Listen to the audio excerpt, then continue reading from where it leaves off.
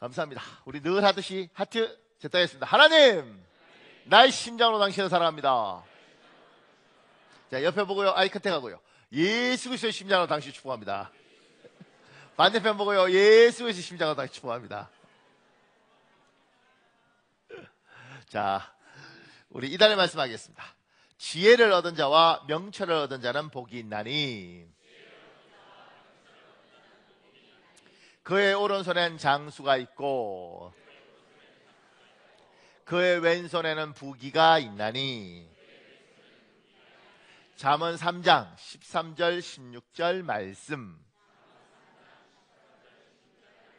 우리의 선포하겠습니다. 이 자리에 있는 모든 성도들아, 나사렛 예수 그리스도 이름으로 명령하노니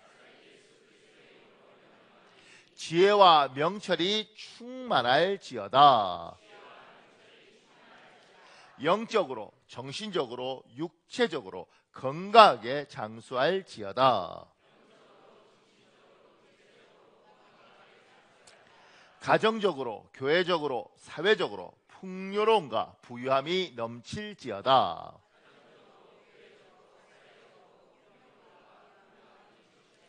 예수님의 이름으로 축복합니다. 아멘. 여러분의 선포대로 될 줄 믿습니다. 고맙습니다. 우리 디모데후서 3장과 골로새서 3장 이 부분에서 제가 간략하게 이렇게 설명을 붙였습니다. 제가 읽을게요. 우리는 세상에 시작이 있고 끝이 있다고 믿습니다. 세상의 끝을 말세라고 하는데, 말세가 오면 여러 가지 말세의 증상이 나타납니다. 디모데후서 3장 1절에서 5절은 말세의 증상을 기록하고 있습니다. 그 중에 하나가 감사하지 아니하며입니다. 감사가 세상에서 점점 사라져가면 세상의 마지막이 가까이 온 것입니다. 디모데후서 3장 5절은 감사가 사라져가는 세상의 흐름에서 예수 그리스도를 주인으로 섬기는 너만은 그런 흐름에서 돌아서라는 것입니다. 현대인의 성경에서는 그대는 이런 사람들과 같이 되지 마시오라고 번역하고 있습니다. 그리스도인은 감사하는 사람들입니다. 우리는 삶 속에서 늘 감사를 말하고 실천하는 사람들입니다. 그런데 하나님을 섬기는 우리도 세상 사람들과 어울려 살다 보니 감사보다는 자꾸 불평과 불만을 쏟아내는 삶을 삽니다. 그래서 골로새서 3장 15절은 우리에게 부탁하는 것이 아니라 명령합니다. 감사하는 자가 되라. 제가 이 말세 지금 디모데후서 3장 1절에 말세에 고통하는 때가 이르러, 이 말에 대해서 저는 자연스러운데 가만히 생각해보니까 요새 젊은 친구들은 이걸 안 쓸 수도 있겠다는 생각이 들더라고요. 라키야, 말세란 말 알아? 알다고 그러니 늙었다 그럴 거고, 모른다 그러니 양심에 걸리고. 여연이는 알아? 알아? 옛날에는요, 젊은 애들이 저희 때 뭐 중학교 애들이 담배 피고 이러면 어른들이 아이고 말세야 말세 이러고 그러셨어요. 요새는 이 말을 잘 안 쓰더라고요. 근데 원래 동양의 가치관은 봄, 여름, 가을, 겨울, 봄, 여름, 가을 이렇게 순환이지 않습니까? 근데 우리 기독교의 가치관, 세상을 하나님이 만드시고 세상에 끝이 있다는 거예요. 그리고 이 끝을 말세, 마지막이라, 세상의 끝이라 이래서 말세 이렇게 이야기하는 겁니다. 그래서 말세야, 말세의 어떤 분은 말세의 끝이라 해서 말세 지말이야 뭐 이런 말도 쓰죠. 큰 1번에요. 말세의 고통의 때 감사하지 아니하며. 작은 1번에요. 인생을 잘 살기 위해서는 개념 있는 삶이 중요한 것처럼 신앙생활에도 개념이 중요합니다. 기독교는 말세라는 개념이 있습니다. 말세의 뜻은 문자 그대로 세상의 끝이라는 말입니다. 그 밑에요. 언제부터 말세인가? 2000년 전에 예수님이 이 세상에 갓난아기로 오셨습니다. 이것을 신앙 용어로 초림이라고 합니다. 예수님의 초림 때부터 말세가 시작되었습니다. 그 밑에요. 말세의 끝은 언제인가? 2000년 전에 이스라엘 땅 베들레헴에 아기로 오신 예수께서 우리를 위하여 십자가에 죽으셨습니다. 그리고 3일 만에 부활하셔서 하나님의 우편에 올라가셨습니다. 그 예수님이 이 세상을 심판하기 위하여 다시 오시는 것을 신앙용어로 재림이라고 합니다. 예수님이 재림하시면 그것이 말세의 끝입니다. 그러니까 말세가 있다는 거예요. 말세가. 세상이 시작이 있고 끝이 있다는 겁니다. 우리는 이 사실을 이제 믿는 거죠. 우리 사도행전 1장 9절 10절 있습니다. 여러분 읽어보겠습니다. 사도행전 1장 9절 10절 시작.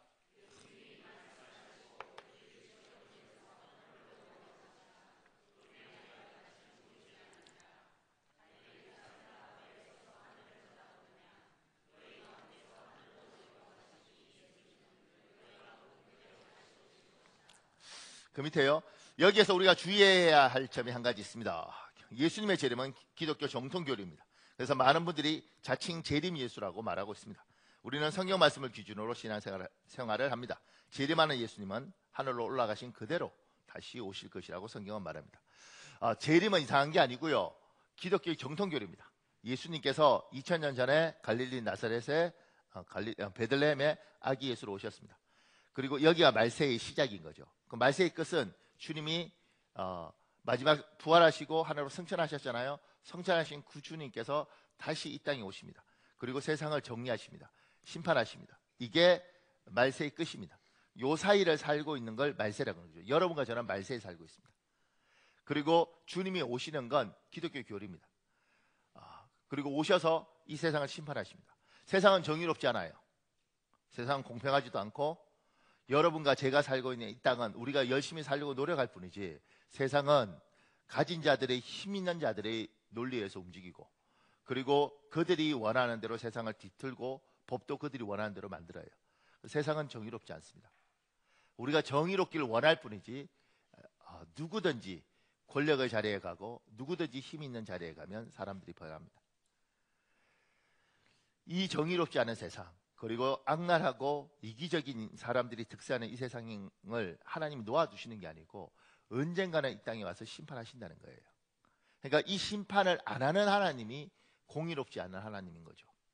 하나님은 공의로우시고 정의로우시기 때문에 이 땅에 오셔서 잘못된 것 그리고 불의한 자에 대해서 심판하는 거예요. 그렇기 때문에 정직하게 살려고 그러고 예쁘게 살려고 한 사람에게 이건 복음이 되는 것이고 이 땅에서 간악하게 살고 다른 사람의 껍질째 벗겨 먹는 사람에게 이건 심판이 되는 겁니다. 주님이 오신다는 이 재림의 교리는 굉장히 중요한 겁니다. 그런데 이제 우리나라 같은 경우는 1992년도에 다미 선교에 이런 일들이 있으면서 종말론이 있으면서 굉장히 홍역을 앓으면서 재림 자체가 잘못된 줄 알아요. 그렇지 않습니다. 재림은 기독교의 복음입니다. 근데 이제 이 예수께서 어떻게 오시냐면 예수께서 승천하셨잖아요. 그런데 그 가신 그대로 그러니까 이제 이스라엘 예루살렘 가면 올리브산이 있는데 그쪽에서 이렇게 예수님이 승천하신 대로 다시 오신다는 거예요. 그러니까 여러분과 제가 이제 속으면 안 되는 것이 뭐냐면 저희가 이제 신학할 때 한 20여 년 전에 이제 신학대학원 다닐 때 예수 계룡산에서 도 닦다가 예수 믿은 분이 있었어요. 나중에 이제 목사 된다고 오셨는데 그분이 그러더라고요. 계룡산에 자기들이 이렇게 도 닦고 이러면 뭐 이렇게 열린답니다. 이렇게 하여튼간 귀신도 보고 이런답니다. 그런데 그렇게 열린 분들 중에서 계룡산에만 자기가 예수다, 내가 재림 예수다, 이분이 30분이라는 거예요. 그러니까 이제 통일교 문선명 씨 같은 경우에 1991년도인지 정확히 제가 기억 안 나는데 그때 세종대학교에서 그 통일교 집회가 있었어요. 근데 제가 어떻게 거기 구경을 갔는데 선배가 놀러 가자 그래서 갔는데 통일교 집회더라고요. 근데 무슨 말인지 잘 못 알아듣었어요. 하도 어렵게 말해서 제가 저게 무슨 뜻이야 형? 이러니까 문선명 씨가 재림 예수란 이야기야 이렇게 이야기해요. 그러니까 지금도 뭐 신천지 뭐 이런 거 문제들이 많잖아요. 이제 그쪽에서도 그분들이 다 자기가 재림 예수라고 이야기를 하는 거예요. 그리고 그 사람들을 예수라고 재림하신 예수님이라고 믿고 헌금하고 집값 다 바치고 이런 사람들이 많이 있죠. 그러니까 우리 주님은 그렇게 인간으로 오시는 게 아니고 2000년 전에는 아기 예수로 오셨지만 지금은 우리가 굉장히 세상 사람들 우습게 볼지 모르지만 구름 타고 오신다 이렇게 이야기하는데 주님이 저 하나님 보좌 우편에 있다가 이 땅을 심판하러 오시는 겁니다. 이게 우리의 교리입니다. 그리고 이게 성경이 말을 하고 있습니다. 이걸 믿어야 되는 겁니다. 주님이 오신다. 주님이 오셔서 심판할 때 하나님이 이 땅의 불의를 정리하시고 간악한 자에 대해서 심판하시고 하나님 뜻대로 살려고 하는 사람들이 눈물을 닦아주신다. 이게 복음입니다. 그러니까 잘 사셔야 됩니다. 그 밑에요.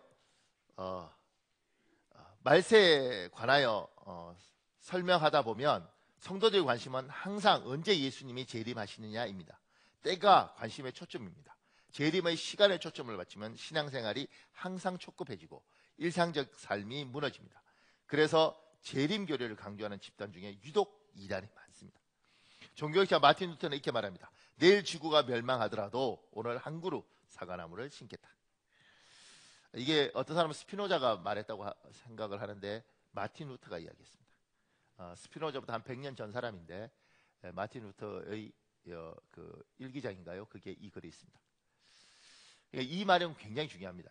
주님이 재림하시니까 그 이야기를 제 친구들도 1992년도는 저희가 젊었었거든요. 그러니까 그때 주님 오신다, 예수님 곧 오신다 이러니까 부모가 사준 전셋집 팔고 다 헌금해버리고 학교 다녀서 뭐하냐 그러고 애들 중학교 중퇴시켜버리고 그리고 퇴직금 미리 받아서 전도지 만들어서 다 전도해버리고 그리고는 막노동 하면서 하루하루 벌어먹고 살았어요. 제 대학 동기들도 거기 가 있었고 제가 가서 그 사람들 다 만나서 이야기해 보면서 믿음이 너무 뜨거워요. 왜냐하면 주님 곧 오실 거기 때문에. 그러니까 중학교 애들 다 자퇴시켜 버리더라고요. 학교 다녀서 뭐 하냐고, 졸업장 받아서 뭐 하냐고. 제가 굉장히 이제 작아지더라고요. 왜냐하면 졸업장 받아서 뭐 할 거냐고 막 이렇게 하니까 주님이 곧 오신다니까. 그러니까 이게 여러분이 주눅들 수 있죠.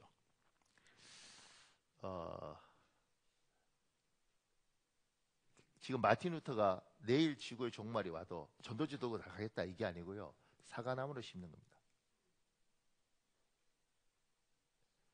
그러니까 남자들 중에는 너무 뜨거운 안수 집사님, 장로님들 내일 지구의 종말이 올지라도 아내가 시켜서 맨날 아침에 빨래 빨고 난 빨래 개어서 널던 사람은 주님이 내일 와도 넣으십시오. 그리고 여자분들 중에 남편이 난 새끼 밥을 꼭 얻어 먹어야겠다는 사람은 주님이 내일 오시더라도 전도지 들고 바깥에 뛰어다니거나 선교사로 가지 마시고 그 남편 밥해 주십시오. 이게 복음이에요. 마틴 루터가 했던 그 말, 주님이 언제 오시느냐가 중요한 게 아니고 너는 어떻게 살 것인가. 내일 주님이 오셔도 오늘처럼 살 거면 오늘 여러분은 제대로 사는 겁니다. 내일 주님이 오시는데 이런 식으로 살면 안 돼. 그러면 여러분 잘못 살고 있는 겁니다. 내일 주님이 오셔도 오늘 학교 갔다 온 내 아들을 안아주고 그리고 사랑하는 아내에게 사랑한다고 이야기하고 남편에게 여보 고맙다고 이야기하고 이게 뭐요? 이게 하나님 앞에 제대로 사는 겁니다. 그러니까 늘 살던 대로 사십시오. 그러니까 주님 내일 오시니까 그러니까 저도 요새 애들은 좀 다르지만 대학교가 8학기잖아요. 봄, 가을, 봄, 가을 이렇게 8학기잖아요. 4년만 다니면 되니까. 저도 9학기를 다녔어요. 9학기를 다닌 이유는 주님이 곧 오시니까 학교를 안 가고 삼각산에 가서 기도를 했죠. 아이 주님 오시는데 지금 기도해야지. 그러니까 그렇게 한번 믿어봤어요. 그리고 그게 아무런 도움이 안 되는 거죠. 왜냐하면 저같이 믿는데 누가 예수 믿기를 바라겠어요. 내 새끼도 예수 믿으면 학교 4년 만에 졸업 안 하고 저렇게 5학년 다닐 거 아니에요. 그때 저희 어머니는 제 졸업 못하는 줄 알고 많이 우셨습니다. 그러니까 너무 열심히 믿었는데 긴 세월 제가 이렇게 보면서 오늘 사는 것처럼 살아도 부끄럽지 않으면 그렇게 살아라. 그래야지 주님 만나도 반갑다. 그러니까 오늘 마누라 때리고 밥상 엎었으면 회개하셔야 되는 겁니다. 그리고 남자든 여자든 설거지는 내 몫이다 싶으면 주님 내일 오더라도 밥 먹고 나서 설거지 하시면 됩니다. 그렇게 사십시오. 그러니까 나중에 목사님 혹시 누가 복음을 제대로 전하지 않고 그렇게 살았냐고 그러면 주님 만나실 때 이렇게 말씀하세요. 저는 교회 질서에 순종해서 담임 목사님 말씀에 순종해서 그랬습니다. 목사님, 하나님 제가 몰라서 그렇습니다. 박현호 목사를 죽여주시옵소서. 이렇게 하시고 내한테 다 미세요. 내한테 다 미세요. 그러니까 오늘 사는 게 제대로 살면 주님이 내일 와도 오늘 살듯이 그냥 사십시오. 예배하고 남편 밥 차려주고 아내 빨래 넣으려면 빨래 넣고 전도지 들고 선교지 가지 말고. 그 밑에요. 말세에 우리가 집중해야 할 것은 어떻게 살 것인가입니다.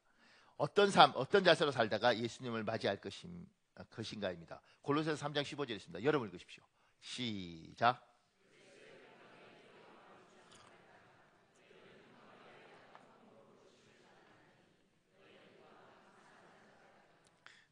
말세 어떻게 살 것인가? 감사하는 자가 되어라. 왜냐하면 감사하지 않는 세상, 말세는 감사가 없어지는 세상이니까 너희만은 감사하고 살아라, 이렇게 이야기하시는 거예요. 그 밑에요, 여기에서 우리가 주의해야 할 점이 한 가지 있습니다. 감사하는 자가 되라는 부탁이나 권유가 아닙니다. 했으면 좋겠다는 의견도 아닙니다. 명령입니다. 그리스도인들에게 요구하시죠. 감사해라. 감사하다고 해라. 세상은 감사가 자꾸 없어질 테니까 너만은 감사하다고 해라. 그것이 너와 세상 사람들을 구별하는 것이다. 감사가 없으면 그리스도인으로서 문제가 있는 겁니다.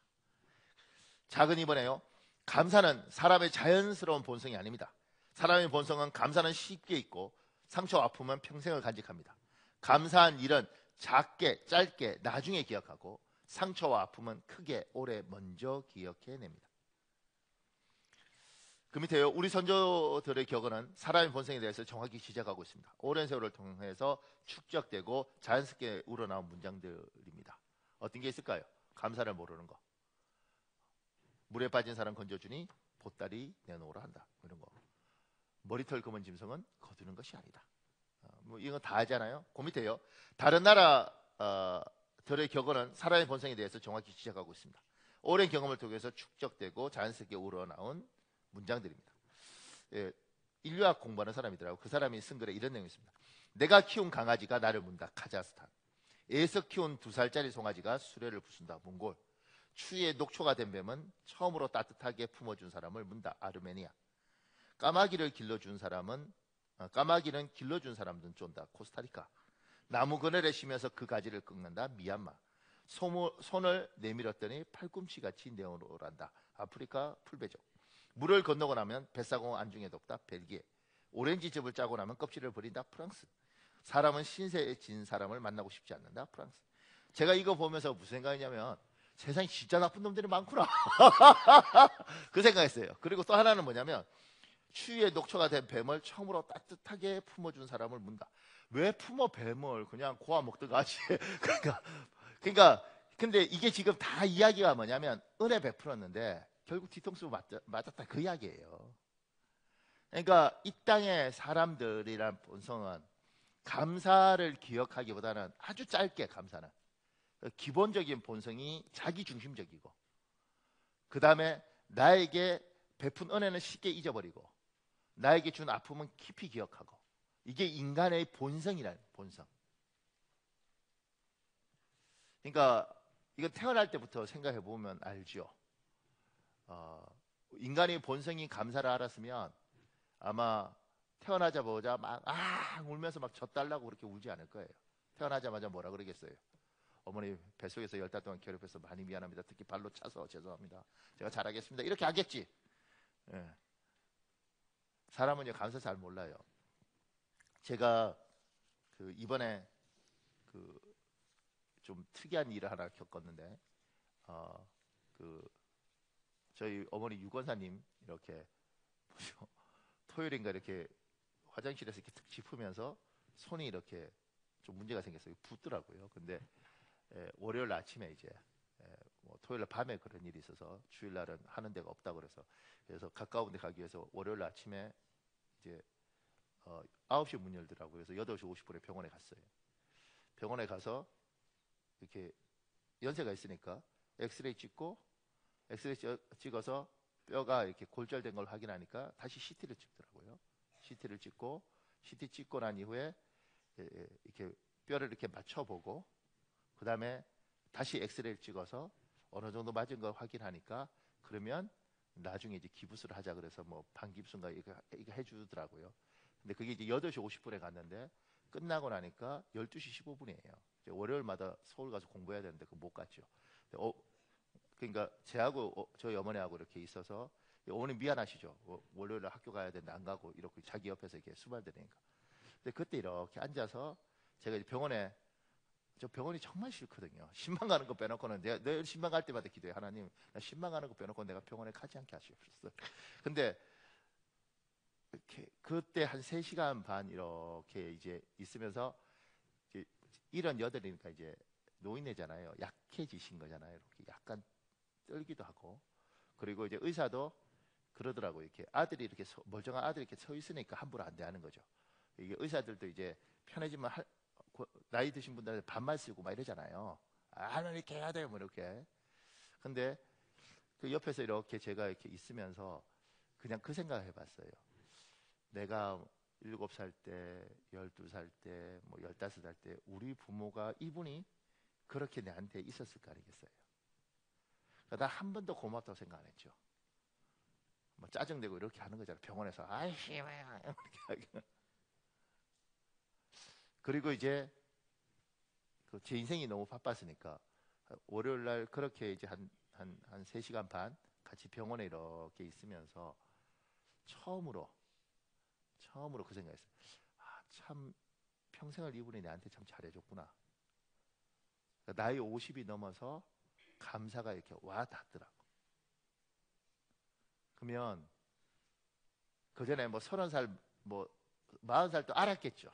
대충 그냥 뭐 고맙지 뭐 이렇게. 근데 그냥 있으면서 내가 어른을 돌봐줘야 되는 거구나. 그리고 그 이제 나이 들어가는 것도 좀 마음이 아프고, 그리고 제가 열심히 공부했거든요. 평생을 책은 많이 봤는데 내 부모가 참 고맙다, 정말 고맙구나. 그리고 어렸을 때 나를 이렇게 해줬겠지. 이거 이제 와닿는 건 50 넘어서 와닿다니까. 이정희 집사님 안 와닿지? 아직 46이잖아. 김광희 집사 와닿아요? 그지? 몰라, 아직 50 안 됐지. 그러니까 근데 제가요 그냥 그날 하여튼 좀 복잡했습니다. 어머니가 아픈 것보다 나는 목사잖아요. 나는 이런 인간이었는가 보다, 이런 생각을 한 거죠. 고마움을 50 넘어서 이제 좀 하는 거죠.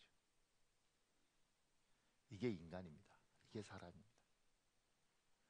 그리고 우리는 그래서 제가 우리 아들 셋이잖아요. 제한테 아들 셋 보면서 얘들은 고마움을 알까? 모르겠죠. 언제 알아? 50 넘어야겠지. 어떻게든 오래 살아야 돼. 사람은 그렇습니다. 사람은. 제가요 그 밑에요, 감사하지 아니하는 세상에서 세상 풍조와 다르게 감사하지 않는 이 같은 자들에게서 내가 돌아서라. 감사하는 사람으로 살라는 것입니다. 이것이 세상 사람과 구별되는 그리스도의 특징입니다. 세상 사람은 감사를 잘 몰라요. 예수 믿는 사람은 감사를 알아야 됩니다. 이게 성령 하나님이 우리에게 오시면 깨닫게 하시는 겁니다. 그 밑에요, 대한민국은 5개의 국경일이 있습니다. 국가의 중요한 일을 잊지 않고 기억하는 것입니다. 교회도 3번의 감사주일이 있습니다. 신년 감사주일, 맥주 감사주일, 추수 감사주일입니다. 감사를 잊지 않고 기억해야 하는 중요한 일이기 때문입니다.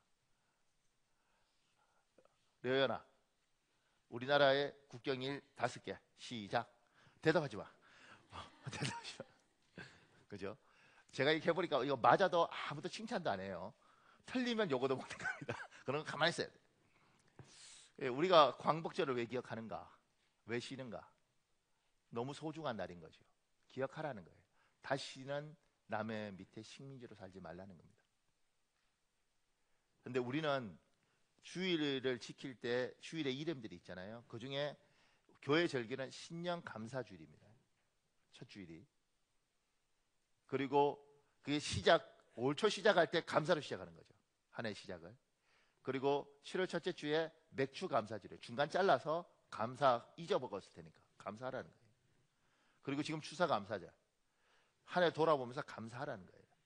그러니까 1년에 3번을 주일을 지키면서 감사를 인식시키는 거예요. 감사해야 돼. 너는 세상 사람들은 감사 몰라, 고마움 몰라. 근데 너는 감사를 알아야 돼. 너는 예수 믿는 사람이잖아. 하나님 아는 사람이잖아. 하나님 종이잖아. 감사해야 돼. 기억해야 돼. 세상은 늘 투덜거리고 불만이야. 근데 너는 감사를 알아야 돼. 이렇게 이야기를 해야 되는 거예요. 그러니까 성령이 오시면, 하나님이 오시면 우리에게 이런 아주 작은 것에 대한 감사를 느끼고 깨닫게 해주십니다.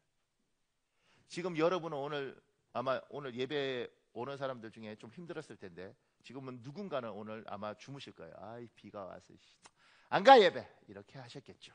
그분 믿음 만큼. 근데 오면서 비 올 때 이렇게 추적추적할 때 저도 마음이 아프죠. 근데 여러분 오면서 무슨 생각하셨어요? 저는 이렇게 생각합니다. 제가 목사이든 뭐든 간에 언젠가 몸이 쇠약해져서 80이 넘고 이러면 걸어서 이 예배당을 못 올 거예요. 그 말은 내 발로 걸어서 예배당에 올 수 있다는 거, 이게 얼마나 감사한 건가. 하나님의 성령은요, 우리의 눈을 열어서 세상 사람들은 자기 기준에 생각하는 거예요. 에이 이놈의 다리 사이복으로 바꾸든지 해야지 뭐 이렇게 가겠지 그들은. 근데 우리는 그게 아니고 어느 순간인가 내 발로 걸어서 여기 왔다는 거. 약간 민망한 이야기. 예. 제가 좀 더 어렸을 때 어떤 분이 화장실에서 어떤 선배들하고 이야기하면서 화장실에서 그분들이 목사님, 저는 인생의 선배들이죠. 저는 소원이 오줌 한번 시원하게 쫙 누는 겁니다. 이렇게요. 젊은 날 때는 절대 이해가 안 갑니다. 그게 무슨 말인지. 그리고 민망하잖아요. 근데 이제 나이가 들어가면서 선배들이 몸이 하나씩 둘씩 망가지면서 알죠. 그게 무슨 말인지.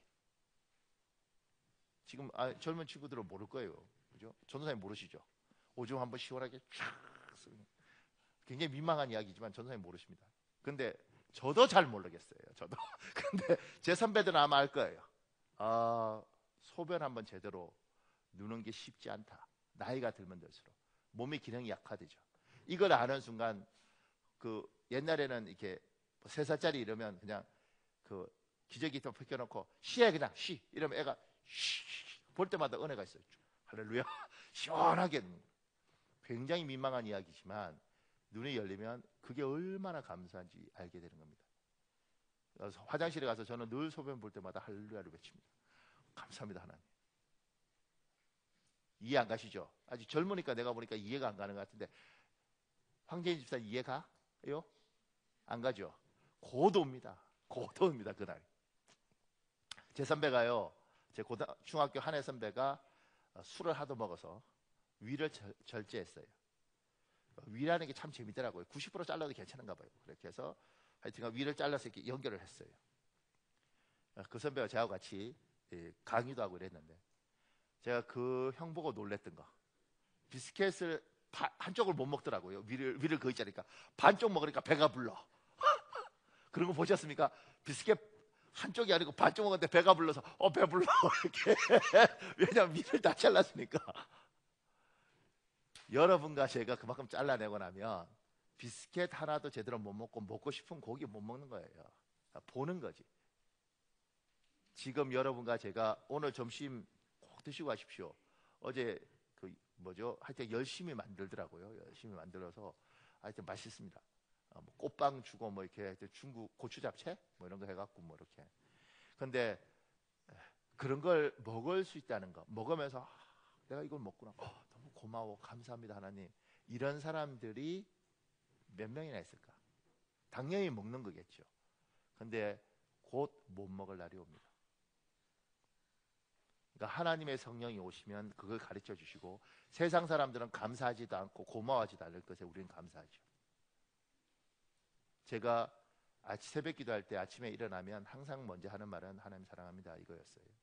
거울 보고 하나님 사랑합니다 이렇게 시작을 해요. 근데 어느 날부터 하나님 감사합니다, 하나님 사랑합니다, 그리고 감사합니다 이렇게 말을 하더라고요. 제가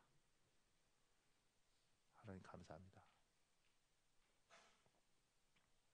그러니까 우리들은 세상에 속습니다. 에휴, 돈 200만 원 이거 갖고 쓸 게 어딨다고 이런 사람도 있고요. 누군가는 목사님, 제가 여잔데 기술도 없는데 그래도 제가 한 달에 200만 원이나 벌어요. 요거면 밥은 먹고 살아요. 밥 먹고 사는 것에도 얼마나 감사한 줄 몰라요. 이런 사람이 있어요. 제가 보면 사람은 복받을 사람과 복받지 못할 사람 다 나뉘더라고요. 하나님의 은혜가 오면 감사가 보이고 고마움이 보여요. 조금 더요. 그 밑에 큰 2번에요. 15절 감사하는 자가 되라. 작은 1번에요. 나의 마음으로 진짜 하나님께 감사를 느끼고 나의 입술로 하나님께 감사합니다 라고 내 몸 밖으로 표현하는 것이 하나님께 감사하는 가장 기본적인 방법입니다. 그 밑에요. 마음으로만 감사함을 느끼고 끝나면 안 됩니다. 내 몸 밖으로 표현해야 합니다. 이것은 엄청난 능력을 소유하고 있습니다.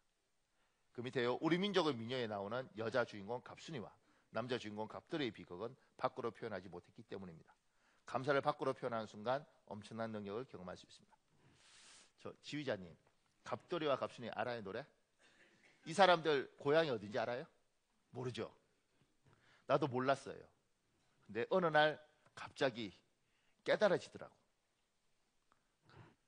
보세요. 갑돌이와 갑순이는 한 마을에 살았더래요.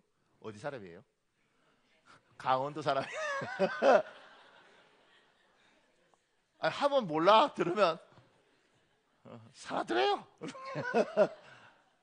살면 뭐 하냐고. 마음을 표현 못 하니까 결국 달 보고 울었더래요. 이렇게 되는 거잖아. 그러니까 하나님 앞에 감사하면 감사하다고 기본적으로 표현해야 됩니다. 말로 표현해야죠. 해야 됩니다.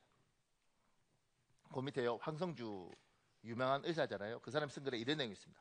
최근 나는 주님의 은혜 가운데 진실한 감사의 능력을 체험한 경험이 있다. 어머니가 위독한 상태로 몇 번이나 자녀들을 불러 모은 적이 있었는데 고통 가운데 계셨던 어머니의 부탁은 빨리 데려가 달라고 기도하라는 것이었다. 그런데도 어머니는 변소에서 가느다란 생명을 계속 유지하셨다. 2015년 4월부터 6월까지 아내와 함께 영성훈련을 받으러 하와이 열방대학을 신청했는데 문제는 어머니의 병세였다. 그러다가 주님이 아이디어를 주셔서 어머니에게 감사의 편지를 쓰고 하와이로 출발하게 되었다. 어머니가 잘 보실 수 있도록 아예 패널을 만들어 10가지 감사 제목을 크게 적어 벽에 붙여 놓았다. 그 내용은 어머니 감사합니다. 어머니는 제게 선물입니다. 살아계셔서 감사합니다. 오래 사셔서 계속 기도의 사명을 감당해 주세요. 평생 사랑해 주셔서 감사합니다. 낳아주시고 길러주셔서 감사합니다. 평생 기도해 주셔서 감사합니다 였다. 그런데 하와이에서 공부하고 있을 때 연락이 왔다. 어머니가 그 편지를 보시고 건강이 완전히 회복되셨다는 것이다. 병석에서 일어나 조금씩 걸어 다니시더니 점점 좋아지셔서 가끔 밖에도 나갈 정도로 건강을 되찾으셨다고 한다. 다시 까만 머리가 나기 시작할 만큼 회춘하시는 대반전의 역사가 일어난 것이다. 나중에 귀국해서 뵈니 육신의 회복은 물론 정신까지 맑아지시고 특유의 기쁨을 회복하신 것이 너무 기뻤다. 자신에게 온 마음을 다해 진심으로 감사하는 아들이 있다는 사실을 알고 놀랍게 회복되신 것이다. 그러니까 자신이 살아야 할 이유, 존재 이유를 발견하신 것이다. 감사는 영성을 회복시키고 환경을 바꾸고 나를 살리고 남을 살린다. 어머니에게 쓴 편지를 통해 감사의 힘을 경험한 것은 내게 감사의 신세계가 열리는 출발점이 되었다. 부모님으로부터 10,000가지 은혜를 입었음에도 우리는 한두 가지 또는 서너 가지 섭섭한 일로 감사하지 않을 때가 많다. 어제의 은인이 어느새 다 섭섭한 사람이 되어버렸다. 우리의 아름다운 추억은 섭섭한 일 때문에 금이 가 있다. 감사한 일은 기억하지 않고 상처받은 일만 쌓여 있는 것이다. 이것은 주님과의 관계에서도 마찬가지다. 우리는 우리가 매일 누리고 있는 수많은 은혜는 모르고 문제에만 집중한다. 축복에 집중하면 축복의 사람이 된다. 은혜에 집중하면 은혜의 사람이 된다. 상처에 집중하면 상처의 사람이 된다. 문제에 집중하면 문제의 사람이 된다. 감사에 집중하면 감사의 사람이 된다. 성경적 영성의 바로미터가 감사가 넘치냐이다. 그래서 이분은 매일 감사 일기를 쓰더라고요. 매일 10가지씩 감사 일기를 씁니다. 그리고 특별한 은혜가 있어서 그게 쓰지던가 봐요. 이분은. 그러니까 지금 여기 말하잖아요. 성경적 영성의 측정하는 것은 그 사람에게 감사가 있느냐 없느냐예요. 감사가 없으면 그 사람의 영성은 문제가 있다는 겁니다. 그러니까 우리는 이렇게 생각하잖아요. 영성이 충만한 사람은 방언을 오래 하고 하루에 12시간 기도하고 뭐 이런 사람들이 영성이 충만하다 그러잖아요. 근데 그거 아시아요? 기도 2시간씩 시큰 해놓고 모여서 수다 떨면서 남 욕하는 사람들. 교회 참 많은 교회가요. 모여서 기도하고 기도회 끝나고 모여서 사람 뒷담화 전문 용어가 이렇게 나와요. 사람 뒷소리 하고 이런 교회들 생각보다 많습니다. 우리 교회 말고 저기. 근데 왜 그러냐면 기도는 기도고 성령께서 인도하시는 것이 무엇인지 잘 모르는 거예요. 이 정말 영성은 제가 이제 우리 목사님들 만나면서도 재밌는 거 보는데요. 큰 교회 목사님들, 뭐 몇천 명씩 되는 교회 목사님들 이렇게 뭐 우리 다 만나게 되잖아요. 손배고 이렇게 되니까. 근데 그분들 중에 인상 굉장히 안 좋은 분들이 있습니다. 왜냐하면 교회를 크게 하려니까 시달리고 뭐 하여튼간 성도들한테 시달리고 사람한테 시달리고 이렇게 해서 교회는 근데 얼굴에 여기에 뭐 인상 탁 쓰시고 이렇게 있어요. 그러니까 멀리서 이제 TV에 이렇게 나오시는 분들 화장 다 하고 나오시잖아요. 그러니까 이제 그냥 볼 때는 그냥 화장하고 이렇게 하니까 잘 모르는데 같이 이야기하다 보면 얼굴이 너무 피곤하고 안 좋은 사람들 많습니다. 근데 어저께 이제 우리 교회가 이렇게 여러분 이렇게 우리 교회는 이제 추수감사절 이렇게 헌금하면 어쨌든 약한 교회 돕고 뭐 이렇게 하잖아요. 베이비박스 이런 것들도 돕고 그러니까 이제 그것 때문에 어저께 목사님들 몇 분 불렀는데 그 중에 이제 개척교회 하면서 성도가 한 열댓 명인지 뭐 산속의 교회가 있답니다. 근데 애가 셋이에요 또. 근데 이제 거기가 왔어요. 근데 거기 사모님하고 이렇게 목사님하고 왔는데 얼마나 힘들겠어요. 근데 너무 밝은 거예요. 사람들이. 제가 같이 이렇게 이야기해서 아이고 이 목사님은 은혜가 있다.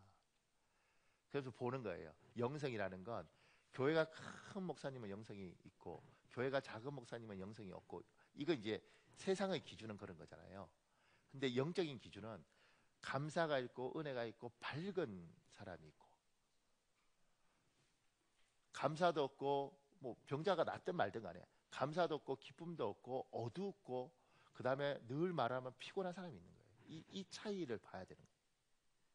제가 이 말을 하는 건 성도들한테도 여러분한테도 이야기 적용을 하는 거예요. 여러분들 중에서도 기도 많이 하는데 얼굴이 너무 어둡고 인상이 험하고 감사가 없으면 내 영성이 문제가 있다는 거예요. 그런데 저 집사는 잊을만 하면 교회를 오고 잊을만 하면 교회를 와서 저게 집사에서 잘라야 되나 말아야 되나. 근데 만나서 이야기해보면 너무 오래가 넘쳐. 목사님 저 오래. 그럼 예배를 오든가. 저건 뭐지? 이렇게. 근데 성경적 영성은요 감사가 있습니다. 그러니까 기도는 무당도 한다는 거예요. 무당들이 기도 얼마나 열심히 하는 줄 아세요? 촛불 켜고 산에 가서 목욕 제기하고. 그런데 그들에게 행복하냐 이렇게 물어보면 행복하지 않다는 거예요. 제가 전직 무당을 만나서 이야기하면 안 행복해요. 기도 받으러 왔어요 우리한테. 그러니까 성경적 영성은 하나님이 신년 감사주일 뭐 맥주 감사 이렇게 하면서 끊임없이 요구하는 게 감사해라. 세상 사람들은 투덜거린다. 불만이다. 그런데 성령이 오시면 감사가 보인다. 얘야 감사해라. 그게 보인다고. 사랑하는 26 집사님. 집사님하고 홍진님 집사 출근했고 집사님하고 같이 사는 게 쉬워 어려워? 장모가 옆에서 두 눈을 부릅뜨고 있는데 제가 이제 오늘 또 우리 사모하고도 그 이야기 했는데 우리 사모님 그러더라고. 참 다른 사람끼리 잘 살아왔어요 이래. 우리 정말 다르거든요. 그러니까 저도 고백합니다. 나 같이 살기 쉽지 않은 사람이야. 이렇게. 여러분은 날 좋게 보겠지만 저 같이 살기 쉽지 않은 사람입니다. 그러니까 같이 살기 쉽지 않은 사람하고 살죠. 그잖아요. 그러니까 고마운 거예요. 왜냐하면 내하고 같이 살아주는 게 고마운 거죠. 내 자식으로 태어나서 얘가 내하고 같이 살기가 쉽지 않아요. 그런데 그래도 내 새끼로 태어나준 게 고마운 거죠. 이런 생각 해본 적 있으세요? 회사 가서 직장생활 하면서 내가 쉽지 않은 직원이야. 내가 쉽지 않은 사장이야. 그럼에도 불구하고 제가 내하고 일해주네. 그리고 저 사람이 내한테 월급을 주네. 이런 것 겪어보셨습니까? 지금 표정들이 나 괜찮은데 여러분 가만히 보시면 여러분 쉽지 않아요. 쉽지 않은 나하고 살아주는 사람에 대한 고마움, 감사. 성령이 오시면 이게 보여요. 성령이 오시면 이걸 느끼게 해줘요. 그래서 고마운 거지. 전 여러분이 고맙습니다. 저 쉽지 않은 목사예요. 그런데 여러분 나 봐주잖아요. 여러분 표정 그래 네가 알구나 이러지 말고 여러분도 쉽지 않은 성도들이에요. 여러분 만만한 성도들인가? 그러니까 서로 봐주고 그러고 사는 거죠. 그 이유가 쉽지 않은 나한테 같이 신앙생활이 고맙고, 쉽지 않은 나 위해서 기도해 주는 게 고맙고, 쉽지 않은 나하고 살아주는 게 고맙고, 그걸 하나님이 오시면 보여요. 그래서 고마운 거예요. 왜냐하면 고맙다. 이 사람 참 고맙다. 얘 참 고맙다. 저 집사 참 고맙다.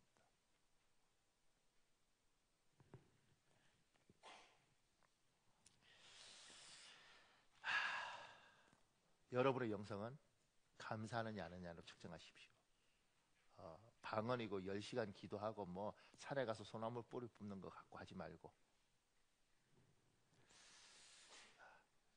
그 밑에요. 매일 하나님께 감사합니다 라고 신앙 고백을 하십시오. 이 고백이 능력입니다. 역대상 23장 30절에 있습니다. 여러분 읽어볼래요? 시작.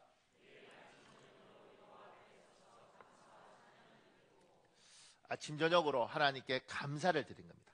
감사. 주님 감사합니다. 주님 감사합니다. 나 같은 거 하나님 믿게 해주셔서 감사합니다. 작은 이번에요. 사람이 입술 밖으로 뱉은 말은 행동을 통해서 증명합니다. 하나님을 감사하다고 고백했으면 이제 행동으로 증명해야 합니다. 이것이 진정성입니다. 요한일서 1장 3절 18절 여러분 읽어볼래요? 시작.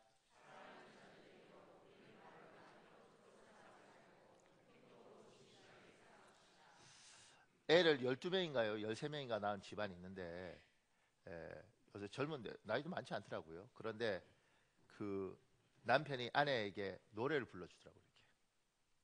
사랑의 뭐 이런 노래. 그러니까 아내가 이런 말을 하더라고요. 이런 노래는 됐고 좀 도와줬으면 좋겠다. 기가 달콤한 건 좋은데 애가 많으니까 그 빨래도 너무 많고 너무 힘들잖아요. 그러니까 이런 거 말고 좀 도와줬으면 좋겠다. 그러니까 사랑하면 말로 표현하는 거 굉장히 중요하죠. 그 다음부터는 행동이 따르는 겁니다. 감사하면 고맙습니다. 이 말도 귀하죠. 그 감사합니다 그 말 이후에 행동이 필요한 겁니다. 그래서 그 밑에요. 어떠한 일이 있어도 예배의 자리를 지키십시오. 하나님이 우리의 예배를 받으시는 분입니다. 우리는 그분을 예배하는 것입니다. 요한계시 11장 16절 17절 있습니다. 여러분 읽어볼래요? 시작.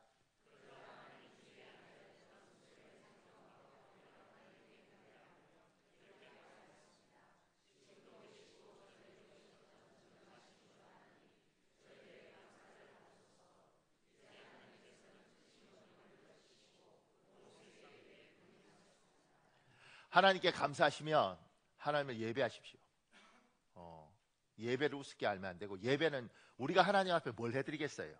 예배하는 겁니다. 24장로가 하나님 앞에 경배를 하는 겁니다. 그리고 하나님을 인정하시죠. 당신은 전능하신 하나님입니다. 당신은 존귀하신 하나님입니다. 당신이 이 땅을 다스립니다. 그러니까 예배는 드리고 싶으면 드리고 드리기 싫으면 안 드리는 게 아니고, 예배는 힘들어도 내 희생을 하고 예배를 드리는 겁니다. 하나님 앞에 감사하면 제대로 예배하십시오. 그 밑에요. 성교는 하나님을 모르고 예배하지 않는 사람을 하나님을 알고 예배하는 사람으로 만드는 과정입니다. 존 파이프가 쓴 글 중에 이런 게 있습니다. 교회의 궁극적인 목표는 성교가 아니라 예배이다. 성교가 존재하는 이유는 예배가 존재하지 않기 때문이다. 궁극적으로 남는 것은 성교가 아니라 예배이다. 왜냐하면 궁극적으로 중요한 것은 사람이 아니라 하나님이시기 때문이다. 이 세대가 끝나고 헤아릴 수 없이 많은 구속받은 무리가 하나님의 보좌 앞에 엎드릴 때 성교는 더 이상 존재하지 않을 것이다. 성교는 잠깐 동안 필요하지만 예배는 영원히 남는다. 그 올해 6월달에 강성구 목사님 선교사님 와서 주일날 설교했잖아요. 요르단 가서 뭐 하는가 그 사람이. 그 장남이라고 장남. 요르단 가서 뭐 하는가. 선교하러 갔죠. 선교 가서 뭐 하는가. 결국은 거기에서 하나님을 예배하는 사람을 만드는 겁니다. 하나님 앞에 너무 받은 은혜가 크고 감사한 사람들이 다른 사람에게 우리 하나님 예배합시다. 그분 살아계십니다. 우리 하나님 앞에 예배합시다. 하나님을 인정시키고 하나님 앞에 예배하는 겁니다. 그러니까 여러분이 하나님 앞에 감사하면 예배를 포기하면 안 됩니다. 타협하면 안 됩니다. 그리고 그런 거 있잖아요. 목사님, 저는 인터넷으로 예배드리니까 너무 좋아요. 그러니까 제가 생각할 때 인터넷에서 설교하는 목사님하고 저하고는 비교할 수가 없습니다. 그분은 제가 보니까 그분은 들어누워서 설교해도 인터넷 목사님은 화를 내지 않습니다. 여러분이 설교를 듣다가 중간에 스탑시키시고 밥을 먹고 한 3시간 하고 있더라도 여러분 이러고 있다가 계속 연결하십니다. 훌륭한 목사님이시죠. 저는 못합니다. 그런데 예배는요, 우리 교회는 이 설명편에 우리 교회는 예배가 있고 집회가 있습니다. 예배가 있고 집회가 있어요. 집회라는 것은 믿지 않는 사람들이 모여서 믿음에 대한 이야기를 하는 겁니다. 예배는 믿는 사람들이 모여서 하나님을 높이는 것입니다. 지금 이제 대한민국 교회는 이게 헷갈려요. 그러니까 예배를 드릴 때는 사람에 대해서 큰 배려가 없습니다. 오직 하나님입니다. 그래서 교회 전도에서 온 사람들은 재미가 하나도 없는 거예요. 왜냐면 나 잘 모르겠는데 하나님 이렇게. 그리고 집회는 하나님보다는 이 사람들에게 전도하고 하나님을 알도록 하고, 이쪽이 포인트입니다. 그래서 찬송가하고 원래 복음성가하고 구분할 때도 그 구분의 의미가 있는지 지금 좀 복잡하지만, 찬송가는 하나님 쪽에 집중되어 있습니다. 복음성가는 사람에게 집중되어 있습니다. 우리 교회는 예배를 하는 겁니다. 예배를. 근데 집회적 성격이 굉장히 많은 예배를 하는 겁니다. 그러니까 사람에 대한 배려가 굉장히 많지만 우린 예배입니다.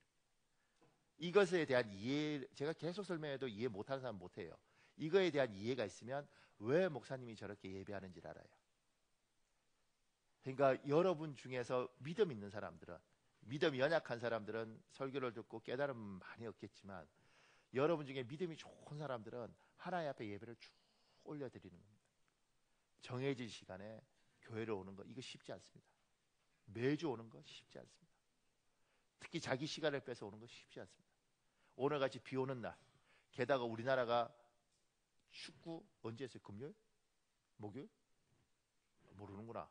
하여튼 축구, 우리나라가 축구 월드컵인가 뭐 해서 상태도 안 좋을 때, 축구도 이겼는지 졌는지 잘 모르겠지만 하여튼 축구도 제대로 못하고 비도 오는 날 교육이 싫죠. 하나님 앞에 짜증을 내. 그런데 이런 날 힘들어도 예배 오는 거, 그게 뭐예요? 그게 믿음인 거예요. 그러니까 여러분 하나님께 감사하시면 제대로 예배하십시오. 기분 좋을 때 예배하고 기분 나쁠 때 예배하는 게 아니라 힘들어도 예배하십시오. 그 밑에요, 하나님이 기뻐할 일을 위해서, 하나님이 기뻐할 일을 위해서 내가 기꺼이 희생하는 것입니다. 우리 잠언 19장 17절 공동 번역도 있고 세 번역도 있는데 둘 다 여러분 읽어볼래요? 시작.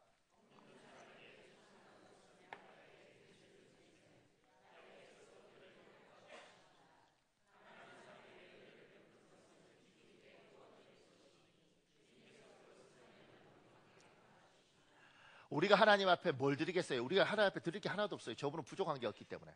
그래서 예배를 드립니다. 감사하니까. 또 하나는 뭐냐면 하나님 앞에 드릴 게 없어요.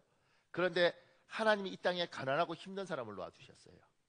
그리고 하나님이 직접 돕는 게 아니고 하나님이 이렇게 말해요. 네가 나한테 감사하니? 그러면 네가 얘를 도와라. 그러면서 이렇게 말하는 거죠. 없는 사람에게 적선하는 것은 하나님, 여호와 하나님께, 야훼께 빚을 주는 셈이 되는 거다. 그 밑에 가난한 사람의 은혜를 베푸는 것은 주님께 구워드리는 것이다. 그래서 교회는 연약한 자들을 돌봐야 되는 겁니다. 이건 약자가 옳은 게 아니에요. 지금 잘못 가면 약한 사람이 없고 병든 사람이 옳은 게 되더라고요. 그 사람들이 정의로운 게 아니에요. 그 사람들을 돕고 그 사람들한테 잘해주는 것이 교회가 하나님 앞에 은혜 갚는 일, 감사를 하나님 앞에 보답하는 일이 그거라는 거예요. 왜냐하면 그 밑에 시편 68편 5절에 있습니다. 하나님은 고아들의 아버지고 과부들을 돕는 재판관이 있는데 디펜더예요. 과부들을 보호하는 거예요. 옛날에는 남편이 없으면 굶어 죽는 거예요, 여자가. 부모가 없으면 굶어 죽는 거예요. 그러니까 고아와 과부와 특히 외국에서 온 이스라엘한테 유랑하는 떠돌이들 또는 외국인들이라고 이야기하는 그들에게 잘해주는 거예요. 그게 하나님 앞에 구워드리는 거예요. 교인들에게 네가 나한테 감사하니 약한 자를 도와라, 이렇게 이야기하는 겁니다. 신명기 24장 19절에서 21절 여러분이 읽어보십시오. 시작.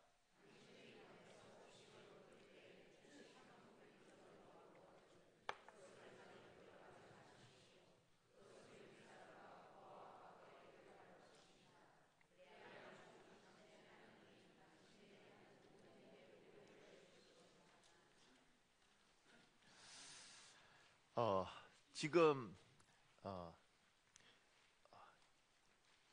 이스라엘 백성들한테 곡식을 따고 이럴 때 남겨두라는 거예요. 누구를 위해서? 과부를 위해서, 고아를 위해서, 외국인들을 위해서.